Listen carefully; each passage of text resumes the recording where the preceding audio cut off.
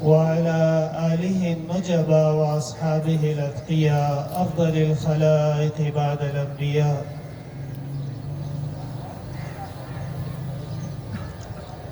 ومن بهديهم اقتدى وبآثارهم اقتفى من المفسرين والمحدثين والفقهاء إلى يوم الجزاء. أما بعد فأعوذ بالله من الشيطان الرجيم. بسم الله الرحمن الرحيم. اليوم أكملت لكم دينكم وأتممت عليكم نعمتي ورضيت لكم الإسلام دينا. وقال النبي صلى الله عليه وسلم: إنما الأعمال بالخواتيم. وقال صلى الله عليه وسلم: إنما أنا رحمة مهداة. اللهم صل وسلم على عبدك ورسولك ونبيك ونجيك محمد أحمد وعلى آله وأصحابه وبارك وصل وسلم عليه. میرے محترم اور مکرم بزرگوں اور بھائیوں، آج کا یہ جو ہمارا اور آپ کا عظیم دن ہے، عید الفطر کا دن، اللہ تبارک و تعالی نے اس دن کو ہمیں اور آپ کے لیے خوشی کا دن بنایا ہے۔ حدیث شریف میں آتا ہے کہ جناب نبی کریم صلی اللہ علیہ وسلم جب مکہ مکرمہ سے مدینہ منورہ ہجرت کر کے تشریف لے گئے تو آپ صلی اللہ علیہ وسلم نے وہاں پہ لوگوں کو دیکھا کہ وہ 2 دنوں میں کھیل کود کرتے تھے اور خوشیاں مناتے تھے۔ آپ صلی اللہ علیہ وسلم نے صحابہ سے پوچھا کہ یہ جو 2 دن جس میں مدینہ والے کھیل کود کرتے ہیں اور آپس میں میلہ کرتے ہیں، مقابلہ کرتے ہیں، یہ کون سا دن ہے؟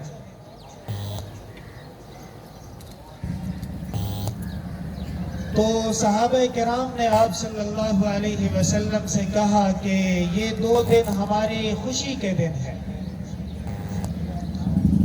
اور ان 2 دنوں میں ہم اب آپس میں کھیلتے کودتے ہیں اور خوشی کا اظہار کرتے ہیں۔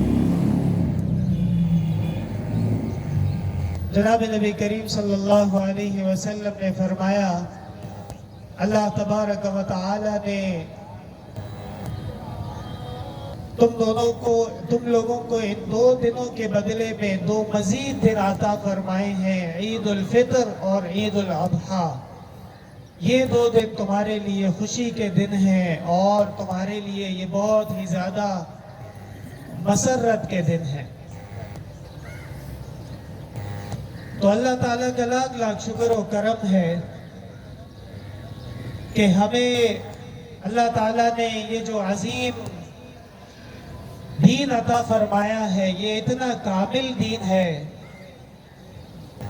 اس کو جا کے بولو، صحیح کرے، کیا ہے؟ بلاؤ اس کو، جلدی ادھر بلاؤ، کیا ہے؟ آواز سمجھ میں نہیں آتی۔ یہ جو عظیم دن ہے، اس دن کے اندر مسلمانوں کو خاص طور پہ ایک بات سمجھنا بہت ضروری ہے۔ پہلی بات یہ ہے کہ خوشی کی بھی 2 قسمیں ہیں۔ ایک خوشی تو دنیا کی خوشی ہوتی ہے، اللہ تعالیٰ کسی کو دنیا کے مرتبے دے، دنیا کے مال اور اولاد دے، اور اللہ تبارک و تعالیٰ نے کسی کو دنیا میں کوئی خوشی عطا فرمائی تو اس خوشی میں بھی آپ کو یہ دیکھنا ہوگا کہ یہ خوشی صرف اور صرف دنیاوی زندگی تک محدود ہے یا اللہ تبارک و تعالی نے کچھ چیزیں ایسی مقرر فرمائی ہیں کہ جہاں انسان کے جسم سے روح نکلی وہیں پہ اس کی وہ تمام متعلقات اور خوشیاں رہ جاتی ہیں۔ بڑی سی بڑی فیکٹری بنا لے، بہت اعلیٰ سے اعلیٰ دفتر بنا لے، بڑے سے بڑا بزنس اسٹیبلش کر لے اور لاکھوں روپے کی تنخواہ کی جاب مل جائے، یقیناً یہ دنیا کی گزر بسر کی آسانی کے مراتب ہیں، لیکن میرے محترم بھائیو، یہ خوشیاں جیسے ہی انسان کے جسم سے روح نکلنے لگے گی تو جس طرح اس کا اولاد اس کا ساتھ چھوڑ دیتی ہے، جیسے اس کا مال اس کا ساتھ چھوڑ دیتی ہے، اور جیسے اس کا گھرانہ، اس کا محبوب گھر، کمرہ، بستر اس کا ساتھ چھوڑ دیتا ہے، اسی طرح اللہ تبارک و تعالی نے دین کے علاوہ جتنی بھی چیزیں مقرر فرمائی ہیں انسان کی خدمت کے لیے، وہ سب اس کا ساتھ چھوڑ دیتی۔ حدیث شریف میں آتا ہے کہ جناب نبی کریم صلی اللہ علیہ وسلم نے فرمایا، جب انسان دنیا سے جانے لگتا ہے انقطع عنہ عملہ الا من ثلاث، ہر قسم کا عمل اس کا ختم ہو جاتا ہے، رک جاتا ہے، مگر یہ کہ تین چیزیں اس کے لیے اللہ تبارک و تعالی نے اگر نصیب کی ہو تو وہ اس کو مرنے کے بعد بھی فائدے پہنچاتی ہے۔ صدقۃ جاریہ، پہلے نمبر پہ مرنے کے بعد بھی کام آنے والا عمل وہ یہ صدقہ جاریہ ہے کہ آپ اپنی زندگی میں اللہ کے لیے، دین کے لیے اور غریب مسلمانوں کے لیے، علماء اور طلباء کے لیے، اہل علم کے لیے کوئی ایسا کام کر جائیں کہ اللہ تبارک و تعالی اس کام کا فیض آپ کے بعد بھی جاری رکھے، تو یہ بہت بڑی بات ہے۔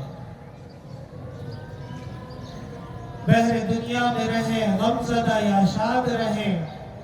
ایسا کچھ کر کے چلیں تاکہ بہت یاد رہیں۔ تو دنیا میں تو کروڑوں انسان آ رہے ہیں، کروڑوں انسان جا رہے ہیں، کروڑوں انسان شادیاں کر رہے ہیں، کروڑوں انسان کھا پی رہے ہیں، لیکن انسان کی انسانیت کا کمال اس وقت ہوگا جس وقت وہ دنیا کے اندر اپنے دین کو بھی شامل کر لے۔ اور یہ اللہ تبارک و تعالیٰ کا کتنا بڑا انعام ہے کہ ہمیں اور آپ کو جو دین کی خوشی عطا فرمائی ہے، وہ خوشی بھی ایسی عظیم خوشی ہے کہ اس میں اگر آپ عبادت کریں، اگر آپ بر وقت نماز کے لیے تشریف لائیں، اگر آپ اللہ تعالیٰ کے دین کے بتائے ہوئے احکام پر عمل کریں، تو وہ دنیا کی خوشی بھی آپ کے لیے آخرت کا بہت بڑا سرمایہ بن جائے گا۔ اور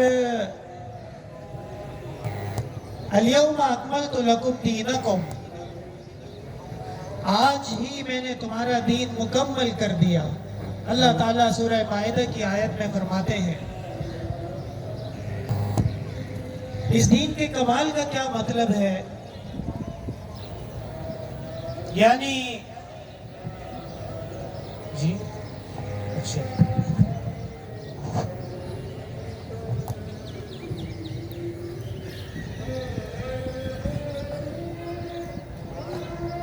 یعنی دنیا کے جتنے بھی معاملات ہیں اور ہمارے اور آپ کا جتنے بھی اعمال ہیں اصل میں اس کا دار و مدار نیت پہ ہے، اور اس کا دوسرا دار و مدار اللہ تعالیٰ کی طرف سے جب کرم ہو جائے اور اعمال خیر و خوبی سے مکمل ہو جائیں تو یہ اللہ تعالیٰ کی بہت بڑی نعمت ہے۔ ایک چھوٹی سی مثال سے آپ کو مسئلہ سمجھ میں آ جائے گا۔ ہماری شریعت مطہرہ میں یہ مسئلہ بالکل واضح ہے کہ جب کسی نے نماز شروع کی اور وہ نماز بر وقت ختم نہیں کی، درمیان میں توڑ دی، کسی وجہ سے ختم کر دی، تو امت متفق ہے کہ مسلمان کو یہ والی نماز دوبارہ پڑھنی چاہیے، اگرچہ وہ نماز فرض نماز نہ ہو، نفل ہو، لیکن جب ایک دفعہ مسلمان اس کے عمل پہ لگ گیا اب اس کے لیے لازم ہے کہ وہ بخیر و عافیت اس عمل کو پائے تکمیل تک پہنچا دے۔ ایک مسلمان حج کے ارادے سے حج پہ چلا جائے اور عرفات اس کا رہ جائے تو بھی پوری امت کے علماء متفق ہیں کہ اس کا حج نامکمل ہے، اور یہ اس کے بدلے میں حج کرے گا تاکہ اس کا یہ ذمہ پورا ہو جائے جو اللہ تعالیٰ کی طرف سے اس پہ واجب ہو چکا ہے۔ تو بالکل اسی طرح اللہ تبارک و تعالیٰ نے ہمیں اور آپ کے لیے رمضان المبارک کے روزے فرض فرمائے، اور اس کے روزے کی مخصوص عبادت جعل اللہ صیامہ فریضہ وقیام لیلہ تطوعا، اللہ نے دن میں روزہ فرض فرمایا ہے اور شام میں رات میں تراویح اللہ نے تمہارے لیے پسند فرمائی ہے۔ حدیث شریف میں آتا ہے شہر رمضان الذی انزل فیہ القرآن ہدی للناس وبینات من الہدی والفرقان، ایسا عظیم مہینہ، ایسا انوارات کا مہینہ، ایسی رحمتوں کا مہینہ کہ وہ انسان جو پنج وقتہ نماز کے لیے مسجد آنا تو درکنار ہفتے ہفتے گزر جاتے ہیں اور مسجد کا رخ نہیں کیا جاتا، علی الصباح کے مرتب بروئے کار روت، مناقشان محبت بکوئے یار روت۔ شیخ سعدی کا شعر ہے کہ صبح صبح جب لوگ اپنے کام کو نکلتے ہیں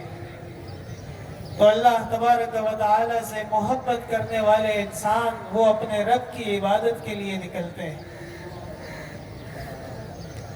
وَبِالْأَسْحَارِ هُمْ يَسْتَغْفِرُونَ، اور خاص سحر کے اوقات میں اپنے رب کو یاد کرتے ہیں، استغفار کرتے ہیں، مسجد چلے آتے ہیں نماز کے لیے، اللہ کو یاد کرنے کے لیے، قرآن کریم کی تلاوت کے لیے۔ یہ مہینہ اللہ تبارک و تعالی نے مسلمانوں کے لیے دین کی طرف رجوع کا مہینہ بنایا ہے۔ ایک نفل جو رمضان المبارک میں ادا کر دی جائے تو اس کا ثواب فرض ادا کرنے کے برابر ہو جاتا ہے۔ عام دنوں میں آپ 100 نوافل ادا کریں، 500 نوافل ادا کریں، 1000 نوافل ادا کریں، لیکن وہ نفل اپنی جگہ ایک گنا ثواب آپ کے لیے ہے۔ حدیث اور شریعت کی روح سے صرف اور صرف رمضان المبارک وہ عظیم مہینہ ہے کہ نفل کا ثواب بھی فرض ادا کرنے کے برابر مل جاتا ہے۔ ومن أدى الفریضة فیہ فکأنما أدى 70 فریضہ، حدیث شریف میں آیا. اور جس کسی نے اس رمضان کے مہینے میں ایک فریضہ ادا کر لیا تو جناب نبی کریم صلی اللہ علیہ وسلم کا ارشاد مبارک ہے کہ گویا اس نے 70 فریضے ادا کر لیے. اتنا بڑا کام کر لیا ہے اس نے. یہی تو وجہ ہے کہ ہمارے مسلمان بھائی اور قوم باوجود اس کے کہ وہ 100% شریعت پر عمل پیرا نہیں ہے، لیکن جب ایسے مواقع آ جائیں کہ جہاں اللہ کو یاد کیا جائے، جہاں اپنے گناہوں کی معافی مانگی جائے، اور جہاں اللہ تبارک و تعالی سے انسان اپنا راز اور نیاز بیان کرے، کچھ دیر کے لیے دنیا کے بکھیڑوں سے ہٹ کے اپنے رب سے کلام کرے، اپنے رب سے بات کرے اور اس کے سامنے روئے اور اللہ کے سامنے اپنی عاجزی رکھے، تو باوجود اس کے کہ تمام فرائض ادا نہیں کیے، تمام سنتیں ادا نہیں کی، تمام نوافل پہ عمل نہیں کیا، لیکن اہل سنت والجماعت کا یہ عقیدہ اور مسلک ہے کہ مسلمان گناہ سے کافر نہیں ہوتا، مسلمان ہی رہتا ہے. اور جس طرح ایک اللہ کا ولی اور ایک نیک انسان مغفرت کا حقدار ہے، اللہ تعالیٰ کے دین پر عمل کرنے والا اللہ کی طرف سے ثواب کا حقدار ہے، اسی طرح گناہگار آدمی ہی کیوں نہ ہو، لیکن اگر وہ اللہ تبارک و تعالی سے اپنے گناہوں کی معافی طلب کرے تو اللہ تبارک و تعالی کے عظیم فضل و رحمت سے یہ بعید نہیں کہ اس کے تمام گناہ معاف کر دیے جائیں. میں آپ حضرات کے سامنے ایک مختصر واقعہ پیش کرتا ہوں تاکہ ہمارے بھائیوں کو مسئلہ سمجھ میں آ جائے. جناب نبی کریم صلی اللہ علیہ وسلم نے جب ہجرت فرمائی تو مسلمانوں کو بھی حکم ہوا کہ ہجرت کرنا ضروری ہے، اور جو ہجرت نہیں کرے گا گویا کہ وہ مسلمانوں کی جماعت میں شامل نہیں ہوگا اور وہ کافروں کی جماعت میں گنا جائے گا. صحابہ کرام نے آپ صلی اللہ علیہ وسلم کا یہ حکم تسلیم کیا اور مسلمان اپنے اپنے گھروں سے نکلے مدینہ منورہ کی طرف ہجرت کرنے کے لیے. اور ظاہر بات ہے کہ مسلمانوں میں مختلف قسم کے صحابہ تھے. کچھ صحابہ ایسے تھے جن کا مکہ میں بڑا مقام تھا، بڑا خاندان تھا، ان کے رشتہ دار تھے جو صحابہ کے ہجرت کرنے کے بعد بھی ان کی گھروں کا، ان کی پراپرٹیز کا، ان کی چیزوں کا خیال رکھتے تھے. اور صحابہ میں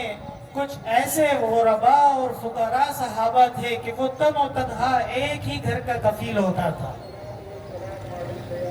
اور جب وہ مکہ سے مدینہ کی طرف تشریف لے گئے تو دنیا میں ان کے گھر والوں کا پوچھنے والا، خیال کرنے والا اور ان کی ضروریات پوری کرنے والا ان کے علاوہ کوئی اور نہیں ہوتا تھا. ایسے ہی ایک جلیل القدر صحابی حضرت حاتب ابن ابی بلتعہ رضی اللہ تعالی عنہ بزرگ صحابی ہیں، اور یہ بھی ہجرت فرما چکے تھے مکہ سے مدینہ کی طرف. لیکن ان کے گھر والے وہ بہت بے یار و مددگار پیچھے رہ گئے تھے. کوئی ان کی ضروریات پوری کرنے والا، کوئی ان کے مسئلے مسائل حل کرنے والا نہیں تھا. اور خطرہ یہ تھا کہ مکہ والے ظلم کر کے کہیں ان کو جان سے ہی مار نہ ڈالیں. اور صلح حدیبیہ کا موقع پیش آیا. جناب نبی کریم صلی اللہ علیہ وسلم صحابہ کرام کے ساتھ مکہ مکرمہ کے قریب احرام کی حالت میں تشریف لائے اور آپ نے مشرکین پہ یہ بات واضح کی کہ اس وقت ہم کسی لڑنے یا جنگ کی صف بندی کے لیے نہیں آئے ہیں، بلکہ ہم تو خالصتاً اللہ کے گھر کی تعظیم اور کعبے کے عمرے کی نیت سے آئے ہیں.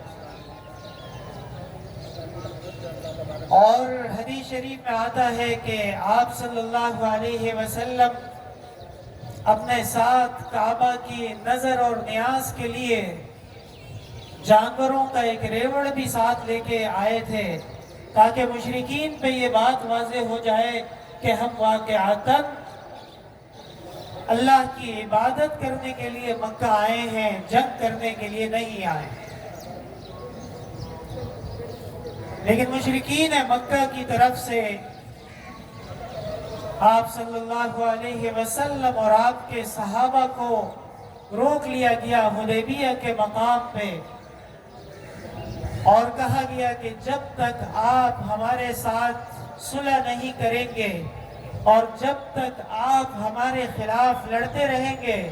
ہم آپ کو مکہ میں داخل ہونے نہیں دیں. مشرکین پٹائی کھا چکے تھے بدر میں، مشرکین ذلیل و خوار ہو چکے تھے احد میں، اور مشرکین اچھی طرح یہ سمجھ چکے تھے کہ حق اور باطل میں کتنا بڑا فرق ہے. خندق میں یا ایھا الذین آمنوا اذکروا نعمت اللہ علیکم اذ ہم قوم ان یبسطوا الیکم ایدیہم فکف ایدیہم عنکم واتقوا اللہ. اللہ تعالیٰ سورہ احزاب میں مسلمانوں سے کہتے ہیں ایمان والو، اللہ کا وہ فضل اور اللہ کی وہ نعمت یاد کرو کہ جب یہ سارے کے سارے کافر ایک ہو کے تمہارے خلاف لڑنے کے لیے آئے تھے، اللہ تعالیٰ نے اپنے خاص فضل و احسان سے ان کو پسپا کیا اور تم محفوظ رہ گئے. میرے محترم بھائیوں، آج بھی ہمیں ایسے حالات پہ مجبور کیا جاتا ہے اور ہمیں بغیر کسی جرم کے ایسے پیش کیا جاتا ہے گویا کہ دنیا کا ہر مسلمان ایک مجرم ہے. اور چونکہ مسلمان حق پہ قائم ہے، مسلمان آسمانی مذہب پہ قائم ہے، مسلمان آسمانی کتاب کو مانتا ہے،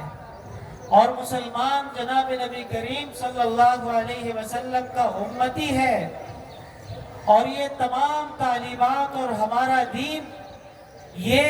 گزشتہ ہر قسم کی تعلیمات کے لیے ناسخ بن کے آیا ہے. جب اسلام آیا تو پھر مسیحیت کے لیے کوئی گنجائش باقی نہیں رہی. لَوْ كَانَ مُوسَىٰ حَيًّا لَمَا وَسِعَهُ إِلَّا اتِّبَاعِي. حدیث شریف میں آتا ہے اگر بالفرض حضرت موسیٰ بھی حیات ہوتے تو ان کے لیے بھی جناب نبی کریم صلی اللہ علیہ وسلم کی اتباع ضروری تھی. اور قرب قیامت سے پہلے حضرت عیسیٰ علیہ السلام جب دنیا میں مسلمانوں کی ہدایت اور مسلمانوں کی رہنمائی کے لیے تشریف لائیں گے تو علماء کا یہ متفقہ فیصلہ ہے کہ حضرت عیسیٰ بھی جناب نبی کریم صلی اللہ علیہ وسلم کی شریعت پر عمل فرمائیں گے. آپ خاتم النبیین ہیں، آپ کے بعد نہ کوئی پیغمبر کسی بھی تعویل میں ذلی بروزی شرعی تکوینی اور آپ کے بعد کوئی کتاب کسی بھی درجے میں، آپ کے بعد کوئی وحی کسی بھی قسم کی اور آپ کے بعد کوئی شریعت کسی بھی قسم کی وہ نہیں آ سکے گی ما كان محمد أبا أحد من رجالكم ولكن رسول اللہ وخاتم النبیین۔ اللہ تعالیٰ قرآن میں اعلان فرما چکے ہیں کہ آپ کی تعلیمات اور آپ کی رسالت یہ کائنات کی آخری رسالت اور آخری شریعت ہے، اور جو شریعت اور جو رسالت قیامت تک کے لیے کافی اور شافی ہو، تو خود بخود یہ تقاضا پیدا ہوا عقل کا کہ وہ کامل اور اکمل ہو۔ اس لیے ہمارے دین اسلام میں اللہ تعالیٰ نے جو رحمتیں قائم فرمائی ہیں، جو فضل قائم فرمائے ہیں، جو آسانیاں قائم فرمائی ہیں، جو وسعت دین قائم فرمائی ہے، کسی اور دین میں اس کا آدھا اور ایک تہائی اور ایک چوتھائی تعلیم بھی نہیں۔ بچے کی پیدائش، اس کا عقیقہ، اس کے کان میں اذان اور اقامت،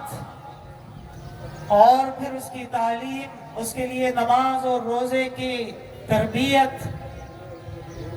اور معاشرت، نکاح اور طلاق، معیشت، تجارت، زراعت اور دنیا کے جتنے بھی معاملات ہیں، یہاں تک کہ قسم، ایلا، نذور، اللہ کے نام پہ وعدہ اور قسم کھا لینا، مسلمانوں کے ساتھ احسانات، صدقہ، خیرات، زکوٰۃ، عبادت، یہ سب کے سب ہمارے دین کی حسین تعلیمات ہیں۔ غم کے موقع پہ، میت کے موقع پہ، خوشی کے موقع پہ، شادی کے موقع پہ، ہر موقع پہ اللہ تبارک و تعالیٰ نے اس عظیم دین کے اندر یہ کمال رکھا ہے کہ دین کی رہنمائی مسلمانوں کے لیے موجود ہے۔ لیکن افسوس در افسوس کہ ہمیں اغیار کی دبدبے نے اور مغرب کے روب نے اس قدر خوفزدہ کر دیا ہے کہ ہم اپنی تعلیمات کو بھی اب بیان نہیں کر سکتے، بلکہ ہم پہ پابندیاں لگائی جاتی ہیں کہ فلاں موضوع پہ بات مسلمان کرے گا، اور جہاں اس نے اپنے دین کی اعلاء کلمت اللہ کی، اللہ کے کلمے کی بلندی کی، اسلام کی عزت کی اور اپنے دفاع کی بات شروع کر دی، وہی اس پہ دہشت گرد اور ٹیررسٹ کا لیبل لگا دیا جاتا ہے۔ تھوڑی دیر کے لیے انسان وہ یہ موجودہ احوال اور موجودہ دنیا کے بکھیڑے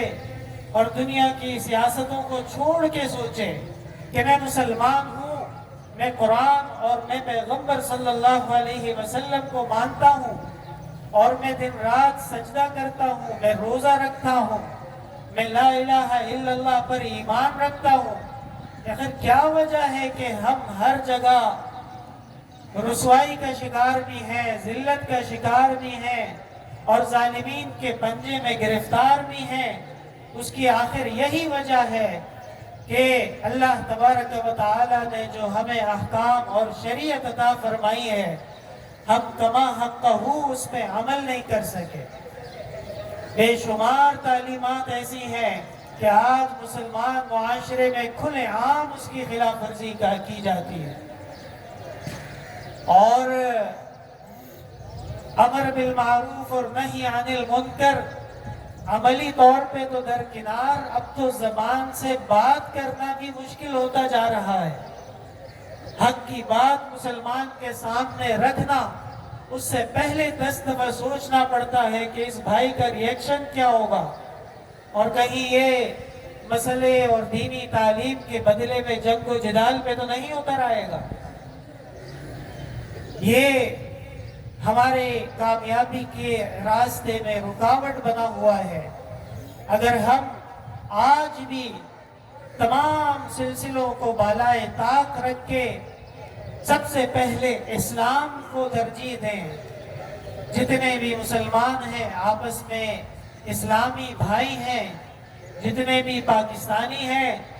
ایک ہی نقطہ ایسا ہے کہ جس پہ ہمارا اور آپ کا اتفاق ہے کہ ایک اللہ وحدہ لا شریک کی عبادت ہوگی اور اللہ تعالیٰ کی ہی دین پر عمل ہوگا۔ ایک ہو حرم، ایک ہو مسلم حرم کی پاسبانی کے لیے، نیل کے ساحل سے لے کر تا بخا کے کاشغر۔ آپس کے گھریلو اختلافات چلتے رہتے ہیں اور گھریلو اختلافات کی نوعیت بدلتی رہتی ہے۔ حکماء کہتے ہیں ایسا ملک جس میں سیاست نہ ہو تو وہ ملک ترقی نہیں کرتا، اور ایسا علم جس میں بحث نہ ہو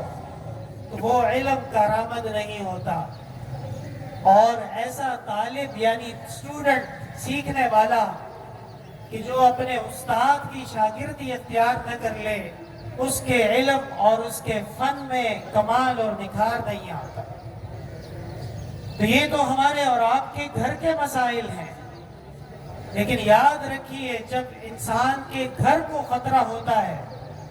تو پھر وہ آپس کے بھائیوں کے اور کزنز کے اختلافات کو دشمن کے سامنے نہیں رکھتا،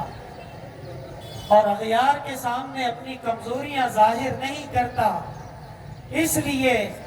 جو بھی معاملات ہمارے ملک کے سیاست کے یا قیادت کے یا حکومت کے چل رہے ہیں،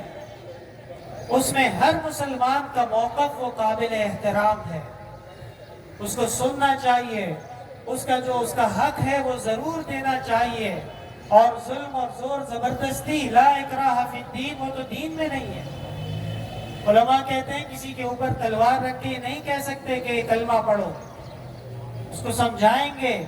کہ ایک اللہ ہے، ایک رسول ہے، ایک قرآن ہے، یہ دین اسلام کا پیغام ہے،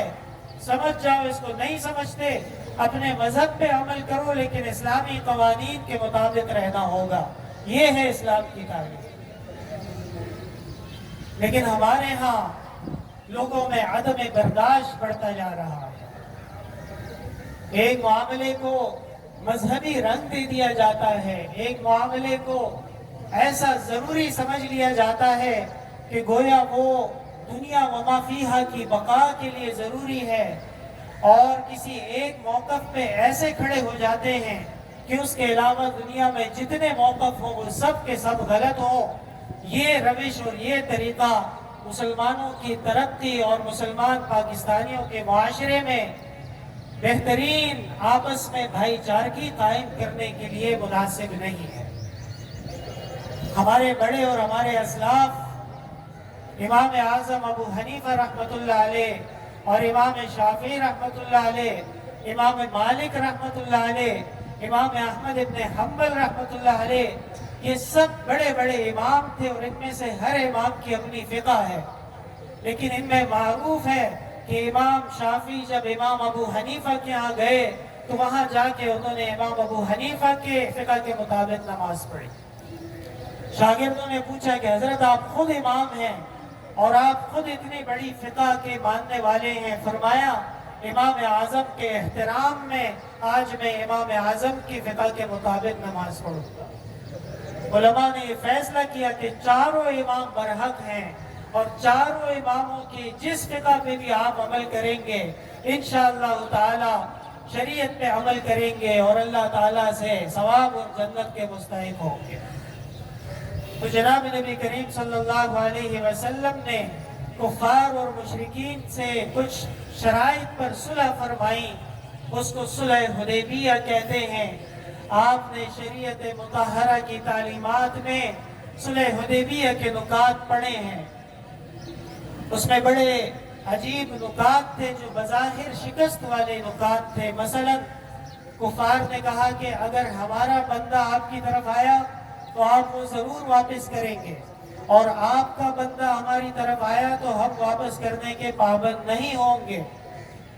جناب نبی کریم صلی اللہ علیہ وسلم نے فرمایا یہ شرط بھی منظور ہے، لکھ دو۔ صحابہ کرام بڑے پریشان ہوئے کہ یہ کن شرائط پہ صلح ہو رہی ہے۔ آپ صلی اللہ علیہ وسلم نے فرمایا میں اللہ کا رسول ہوں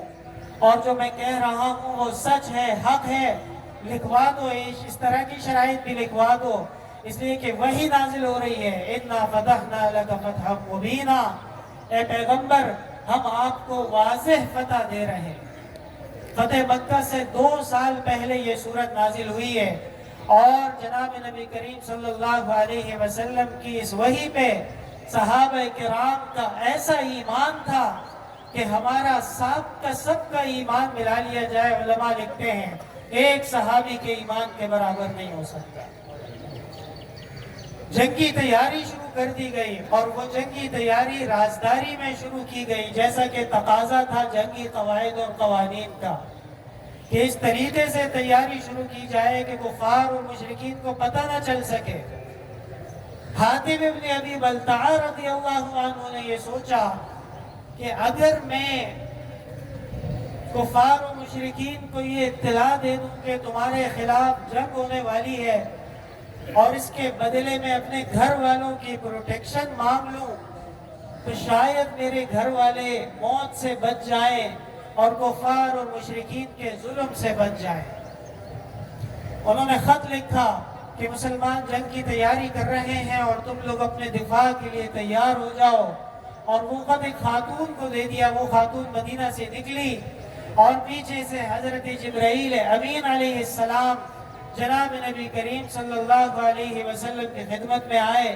کہ حضرت حاتم ابن ابی بلتعہ نے خط لکھا ہے، اور اس خط میں مشرکین کو اطلاع دی ہے کہ جنگ کی تیاری کیجئے، فوراً ایک لشکر روانہ کیجئے، اس خاتون کو روکیں اور یہ خط اس سے واپس لے لیجئے۔